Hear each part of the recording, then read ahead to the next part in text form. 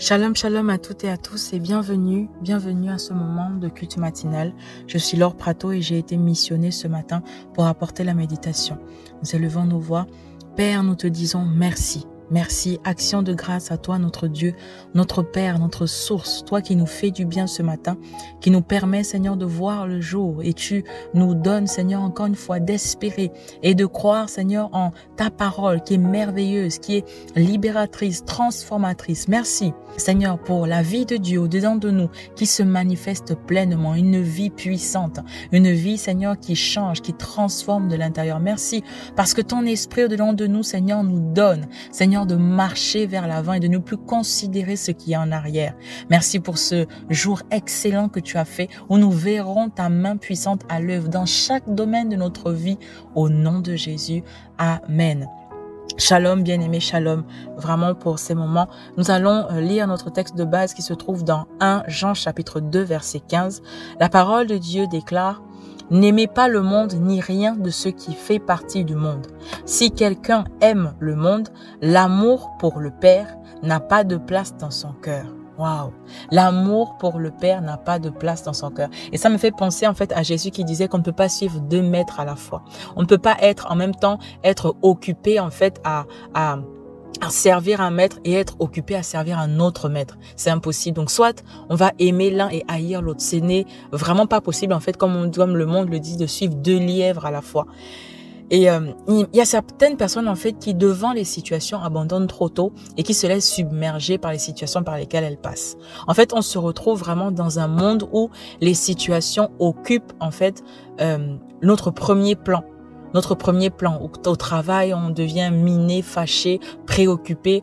Si c'est dans notre foyer, on devient miné, fâché, préoccupé, attristé. Et les situations de la vie, en fait, dominent de telle sorte qu'elles occupent en premier notre esprit.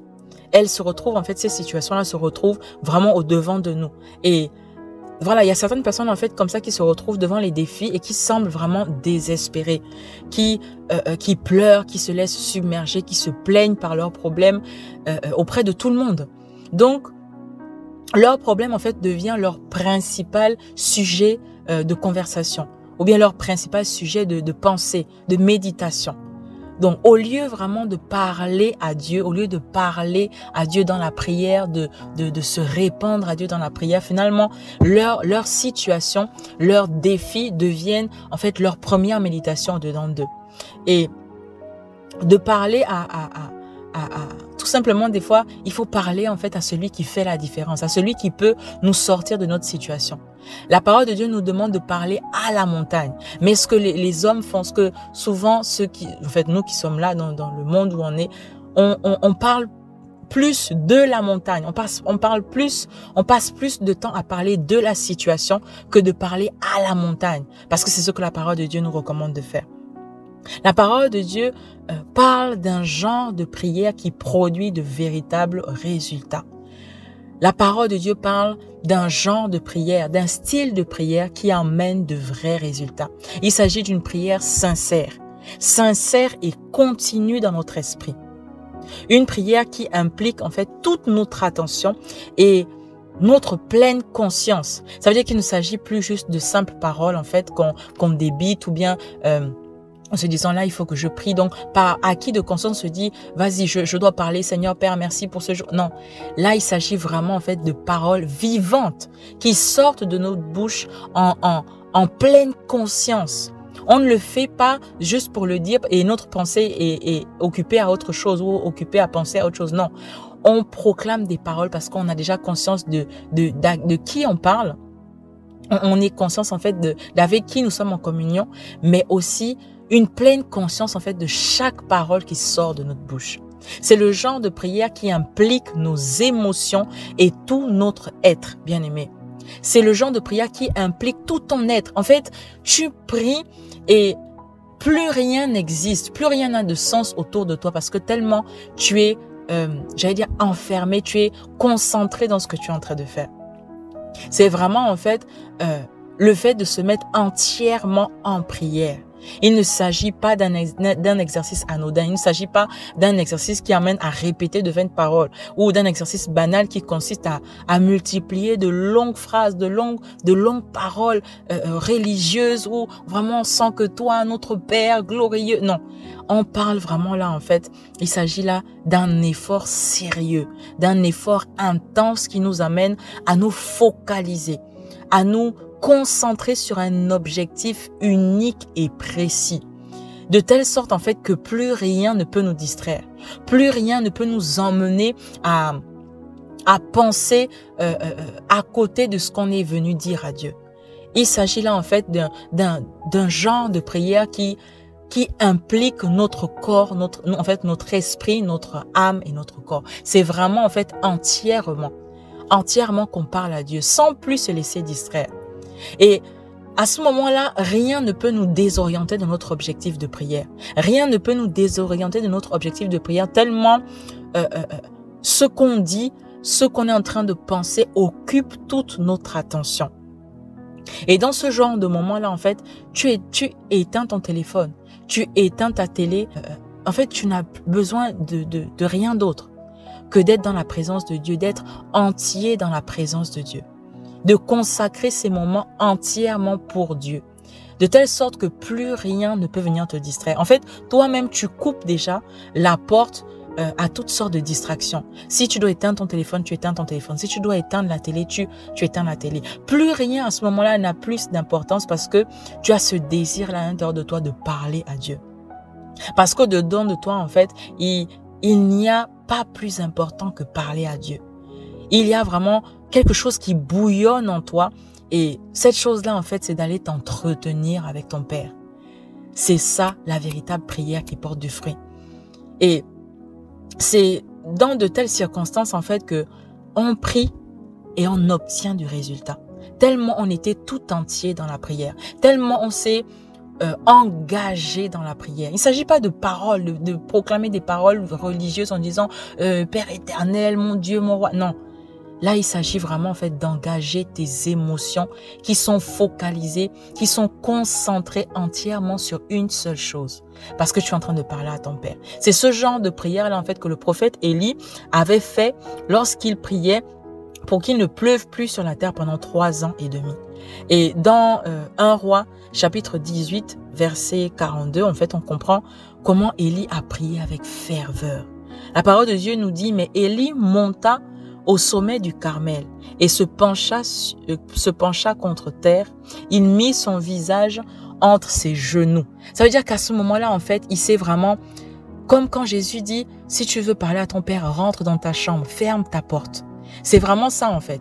Il a fait cas, il a vraiment fermé, en fait, la porte à toute distraction.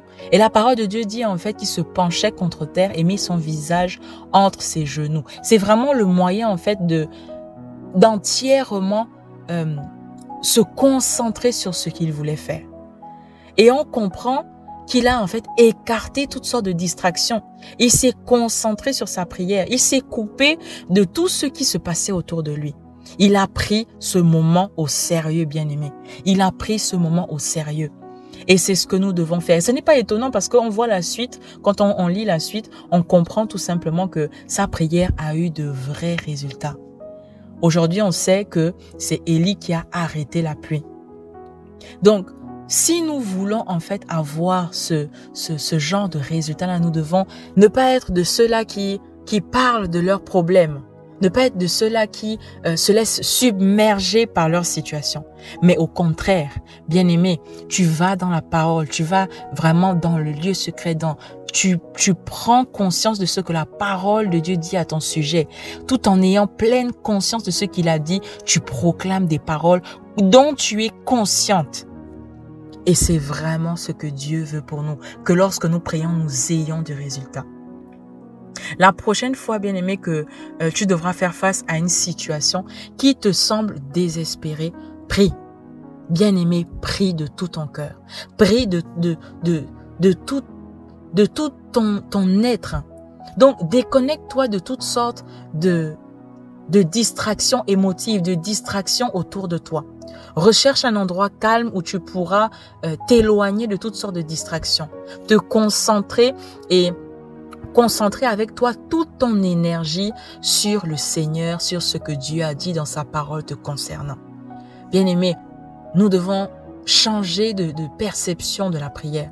Il nous faut en fait prier de manière sincère, prier sincèrement et passionnément, en refusant de se laisser distraire, en refusant de laisser notre esprit vagabonder ou s'occuper de deux choses à la fois. Il est impossible de suivre deux choses à la fois. Il est impossible d'obéir à deux maîtres. Dans Jacques chapitre 1, versets 7 à 8, la parole de Dieu nous dit qu'un tel homme ne s'imagine pas obtenir quoi que ce soit du Seigneur. C'est un indécis au cœur partagé, instable dans sa conduite. Il sera inconstant dans toutes ses entreprises. Parce qu'en fait, d'un coup, tu es sur quelque chose et la seconde qui suit, tu bascules sur autre chose. Parce que tu n'es pas concentré, tu n'es pas focalisé sur quelque chose. La parole de Dieu nous dit qu'un tel homme ne s'imagine pas obtenir quoi que ce soit du Seigneur. C'est un indécis au cœur partagé, instable dans sa conduite. Il sera inconstant dans toutes ses entreprises. Oh, vraiment que le Seigneur nous aide à comprendre cela. Que le Seigneur nous aide à comprendre cela. On ne peut pas chercher solution tout en restant dans le problème. On doit vraiment prendre du recul, prendre de la hauteur et arriver en fait à nous attacher à la vérité de la parole de Dieu et à garder, comme David disait, serrer en fait cette parole-là dans notre cœur. Ne s'éloigner ni à gauche ni à droite. Parce que c'est notre vérité, mais parce qu'on ne veut pas se laisser distraire par le mensonge de l'ennemi, se laisser distraire par les situations, par les défis de la vie. Si tu veux réussir, bien-aimé, dans ton homme intérieur, jusque dans toutes tes entreprises et vivre une vie glorieuse, vivre une vie victorieuse, à laquelle, en fait, finalement, en tant qu'enfant de Dieu, nous avons été appelés, tu te dois, bien-aimé, d'être concentré et cohérent en ayant une pleine conscience de chaque vérité qui sort de ta bouche et qui est basée sur la parole de Dieu. Tu ne peux pas, en fait, faire les choses de manière légère. Tu ne peux pas faire les choses de manière légère parce qu'il n'y a pas de résultat pour quelqu'un qui est léger. Il te faut vraiment, en fait, te concentrer, te focaliser. Vraiment prendre avec toi, en fait, toutes tes forces, toute ton énergie et le concentrer sur ce que la parole de Dieu te dit. Donc, dans tes déclarations de foi, par exemple, tu ne peux pas parler de force, de courage, de foi, de vie, de victoire, de prospérité, de santé, de plénitude et en même temps, à l'intérieur de toi, penser à la faiblesse, à la peur, à la mort, à l'échec, à la pauvreté, à la maladie. Il n'y a pas de cohérence. Tu ne peux pas suivre deux maîtres à la fois. Tu ne peux pas vouloir un résultat et penser son contraire à l'intérieur de toi. Il n'y a pas de résultat pour ça, bien-aimé. C'est complètement contradictoire et en fait, tu t'éparpilles. Tu gaspilles ton énergie. Il te faut, bien-aimé, concentrer ton énergie, ta foi sur la vérité seule de la parole. La Bible nous dit, une fontaine fait-elle jaillir au même endroit de l'eau douce et de l'eau amère? Non. La vérité, c'est que non, ce n'est pas possible, ça ne pourra pas fonctionner. Ça ne pourra pas fonctionner. Bien-aimé, Jésus-Christ a déjà fourni tout ce dont nous avons besoin pour triompher, tout ce dont nous avons besoin pour réussir, pour prospérer dans la vie. Il a dit à la croix, tout est accompli. Donc, il n'y a aucune raison, en fait, nous n'avons aucune raison de nous laisser distraire, de nous laisser détourner notre attention à la réponse, en fait, de son appel pour notre vie. Nous ne devons pas nous laisser distraire alors que tout est déjà disponible.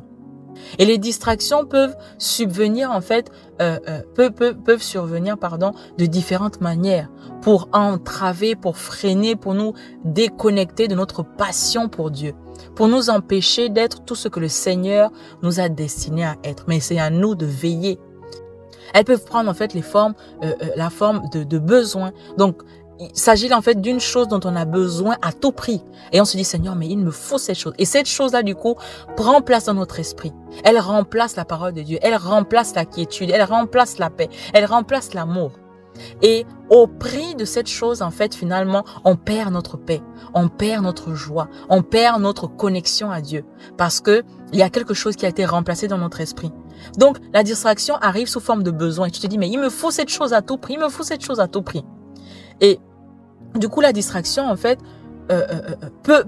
prend place en nous et occupe de plus en plus notre esprit. Ou sinon, par exemple, il peut s'agir de quelque chose qu'on a vraiment besoin de réaliser. Et cette chose grandit à l'intérieur de nous. Elle prend la place de Dieu. Finalement, on passe plus de temps à ruminer cette chose, à la méditer, que méditer la parole de Dieu. Donc, en fait, nous-mêmes, on s'enveloppe dans une sorte d'engrenage au lieu de rester focalisé sur la parole de Dieu. Bien aimé, les distractions peuvent provenir de plusieurs manières. Il nous faut vraiment rester vigilants. Les distractions peuvent provenir de personnes qui sont autour de nous, des proches, des parents, des amis. Et parce que nos émotions, en fait, sont mis en place. Donc, par exemple, pour un ami ou un frère ou un autre époux, on se dit, mais je me laisse aller. Bien aimé, la distraction peut venir de plusieurs manières. Là, parce que l'ennemi rôde et il cherche, en fait, qui se laissera dévorer. L'ennemi rôde et il cherche qui se laissera dévorer. Ne permets pas que ton frère, que ta sœur puisse venir te distraire en te fatiguant, en te déconnectant de la présence de Dieu. Parce que les distractions sont permanentes au quotidien et elles sont en fait mises en place pour te tenter et t'emmener à te détourner ton attention en fait de l'appel de Dieu sur ta vie. Donc là où nous devons être prudents et éveillés, bien aimés, c'est que peu importe la provenance des distractions, nous devons comprendre que les distractions sont des pièges. Les distractions sont de véritables pièges sataniques de l'ennemi. Les distractions sont des pièges de l'ennemi. Comme le dit notre pasteur, le diable utilise des distractions pour nous déconnecter de notre relation avec Dieu. Et il a toujours fonctionné de cette manière. Il n'y a pas ce n'est pas une nouveauté. Il n'y a rien de nouveau en fait. Il a toujours fonctionné de cette manière. Les mensonges sont là pour te faire croire que la parole de Dieu n'est pas la solution pour ta vie. Et les ruses sont là pour te détourner de tes principes de vie. Tu décides de vivre selon la parole, mais il vient, il utilise la ruse pour te déconnecter de la parole de Dieu. Donc, bien aimé, peu importe la manière à laquelle il t'attire ou l'ombre des distractions en fait par lesquelles tu peux passer, ne permet pas toutes ces choses de s'introduire dans tes pensées.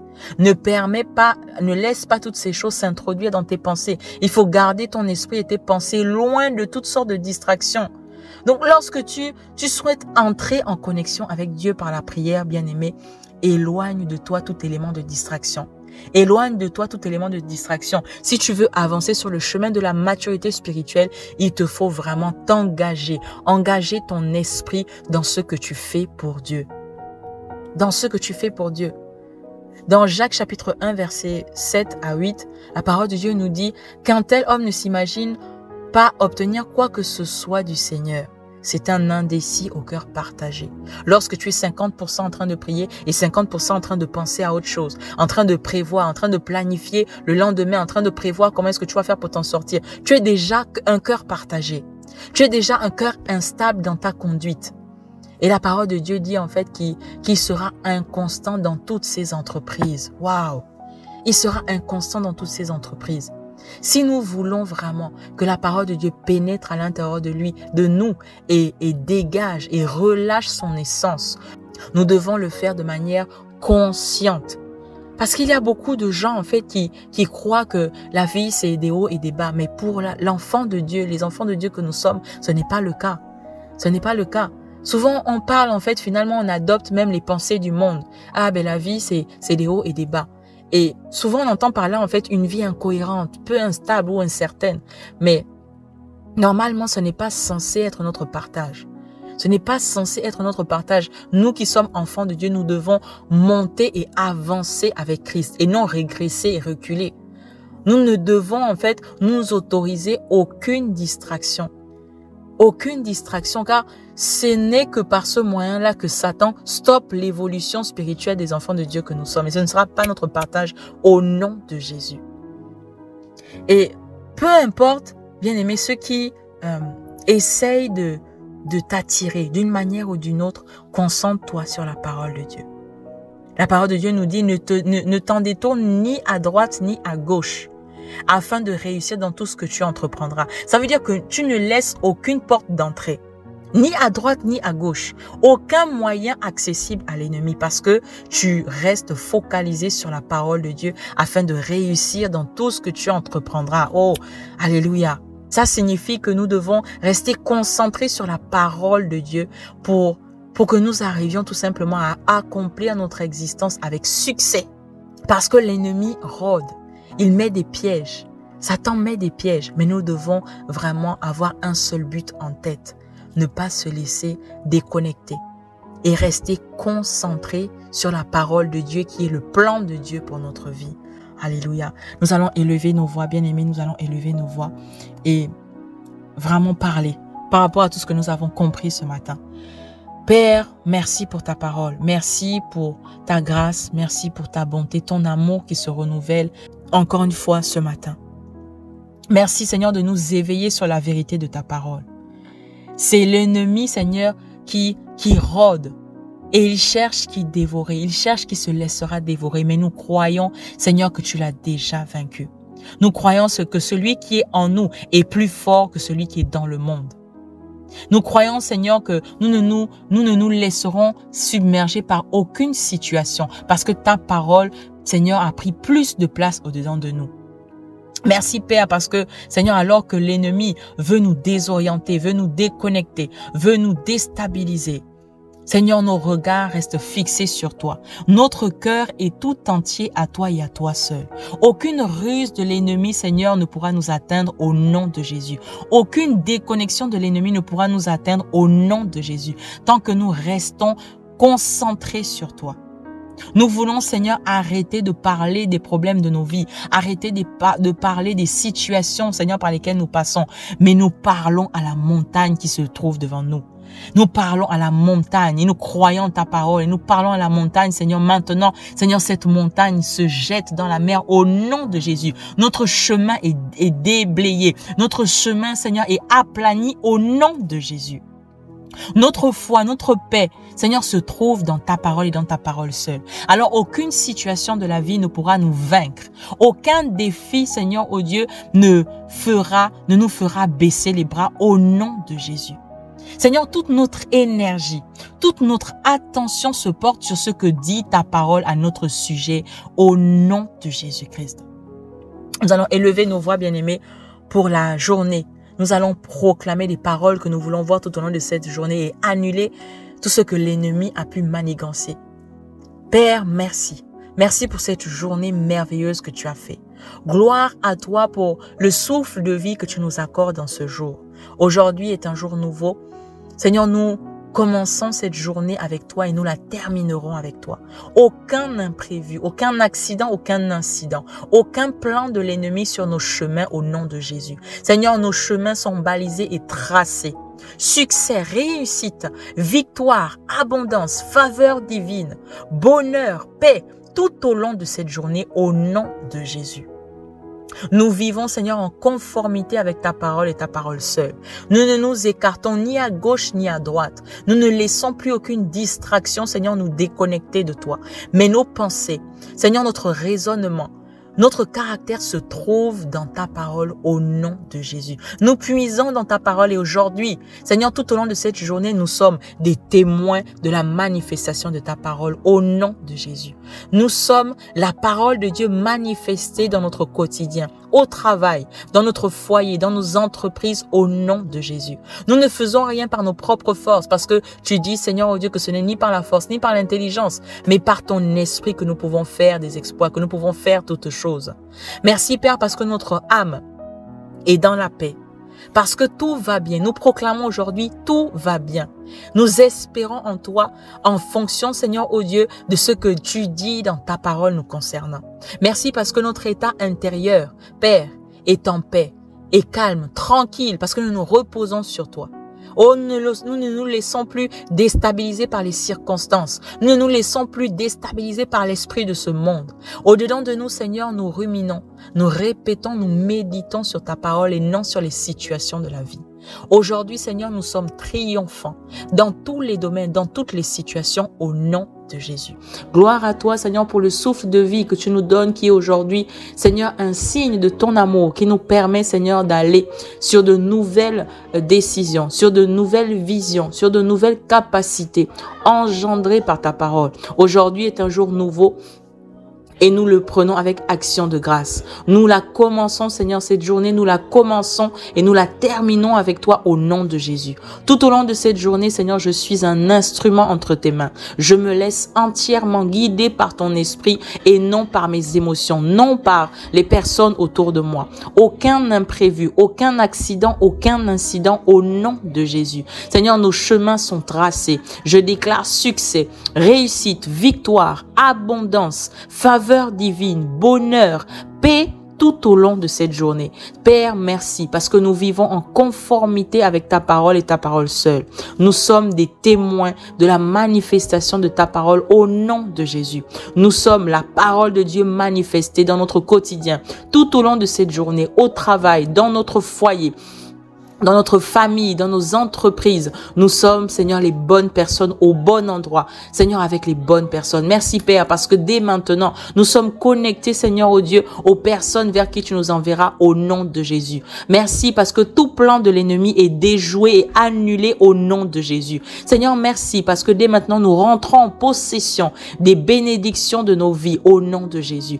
Nous sommes sauvés, Seigneur, pour être un instrument de salut. Alors nous nous laissons utiliser par toi afin d'aller vers toutes les personnes vers qui tu nous enverras pour parler de ta part au nom de Jésus. Notre âme est dans la paix. Tout va bien. Nous prospérons en fonction de notre état intérieur au nom de Jésus. Béni sois-tu, Seigneur, parce que oui, nous sommes, Seigneur, oh Dieu, ces témoins-là que tu envoies. Seigneur, que tu envoies. Autour de nous, nous sommes, Seigneur, ces témoins par lesquels tu passes, Seigneur, pour manifester ta gloire au nom de Jésus. Aucune distraction, parce que nos yeux spirituels maintenant sont fixés sur ta parole.